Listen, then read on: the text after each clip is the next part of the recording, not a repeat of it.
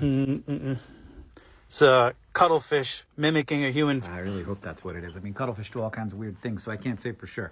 But I can tell you about weird crabs. One thing you know is that we think that we see faces in things. So if you hold it like this, you can see these eyes and this crab and this nose and this mouth. Well, understandably, at least according to a 1952 Time magazine article, which is the source here, it is believed that these crabs are reincarnations of the Heike warriors defeated at a battle. Went into the ocean, and then they became crabs. Now, the reason I'm telling you about this is not just because they look weird. That Carl Sagan in Cosmos talked about how these crabs were driven to look more and more like samurai warriors because the ones that looked most like samurai warriors were most likely to be tossed back into the ocean and not kept when they were catching food to eat. Certainly seems like something that could happen.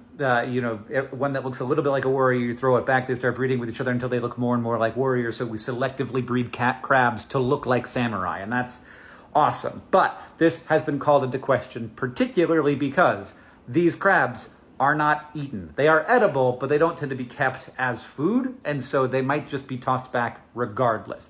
Now, that doesn't mean that this definitely isn't happening, because maybe sometimes the crabs, you catch them, you don't eat them, but you just kill it, they just die anyway when you're doing stuff. I don't know how fishing worked in Japan in the 50s. I don't even know if catching crabs is considered fishing. But it's just an amazing example of a fact that can run away with itself, which is something that I have done before. In fact, it's something that I'm going to be talking about on Hank's channel. But basically, if you've ever heard the fact about how artificial banana flavoring is based on a kind of banana that we no longer have or eat, that's pretty much wrong, though there's some nuance to it. Basically, I got the bananas and I ate them for a Hank's channel video.